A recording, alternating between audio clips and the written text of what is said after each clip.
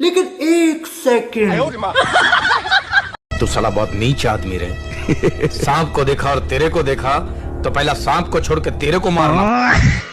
और हमारे ये गांव के लोग हैं, हमारे गांव के मेला करने आया था, 1 करोड़ रुपया भी लग गया। हम लोग आ गए मेला में, जो ना मेला का नाम है चक्कर पकड़ क्रांति के मेला में आ गए भैया। क्या बोला तूने? चक्कर पकड़ क्रांति के हम खिचड़ी के मेला में आके भी लागल बनी। मेला में झमेला हो गई भाई, मेला में झमेला हो गई। हमारे 1 करोड़ रुपया भी लागल बा।